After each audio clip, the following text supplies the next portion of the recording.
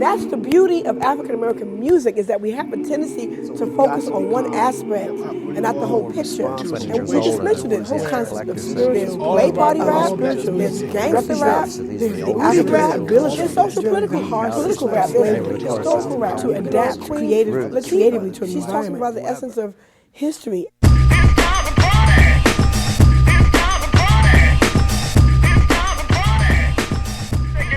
Black people have been through so many different realities that for us in this time period to look at ourselves as only one thing, I try to explain to people that's not what we got to look at ourselves as. We're a big perspective. We have a big, broad range of who we are and what we are. Many people say that art imitates life, life imitates art, both ways going. Negro spirituals or spirituals themselves, and when I say Negro, I'm talking about just the fact that what it meant to the slave persons. Their art was imitating life. It was speaking about the life that they were having as slaves. This was not music for mere entertainment, to make me feel good, but it was music that was used to console, to comfort. It was also used politically.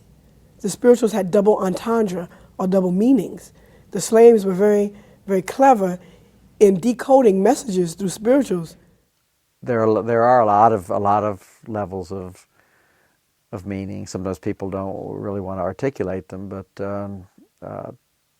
sometimes innocent songs can be protest or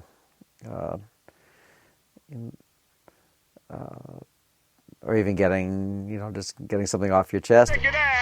And songs like "Swing Low, Sweet Chariot," or "Hush, Hush, Somebody's Calling My Name." You could be thinking that, they're talking about God in the heavens. No, they're talking about we getting out of here. Somebody's calling my name. Let's meet the underground. You see, so they were so clever in terms of the lyrics. The first instrument is the human voice. The slaves were not permitted to have drums. There are a few exceptions to that where drums were made and used, but for the most part they couldn't use drums. So the whole building or room became a makeshift drum, and the beat of the stick on the floor acted as the main rhythm.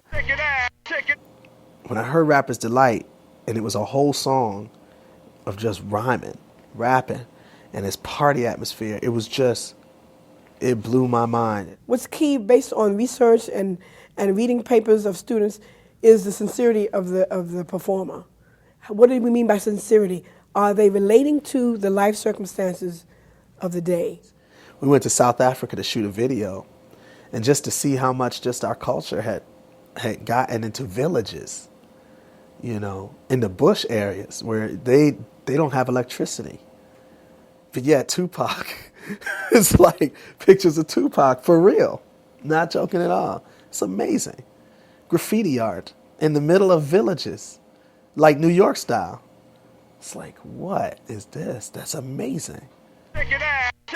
Much of rap has to do with talking about oppression and how the people that are listening to rap are identifying and communicating a message of oppression, whether it be the society, oppression from the police, maybe from the government.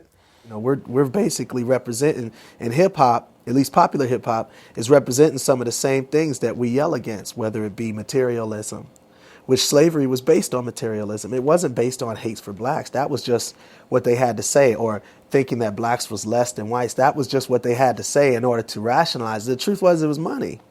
And so as hip hoppers, we can't look at it where it's just money. We got to make sure that we keep the things in mind that's going to uplift not only our people, but the world, because we're reaching the world. And it's a good thing.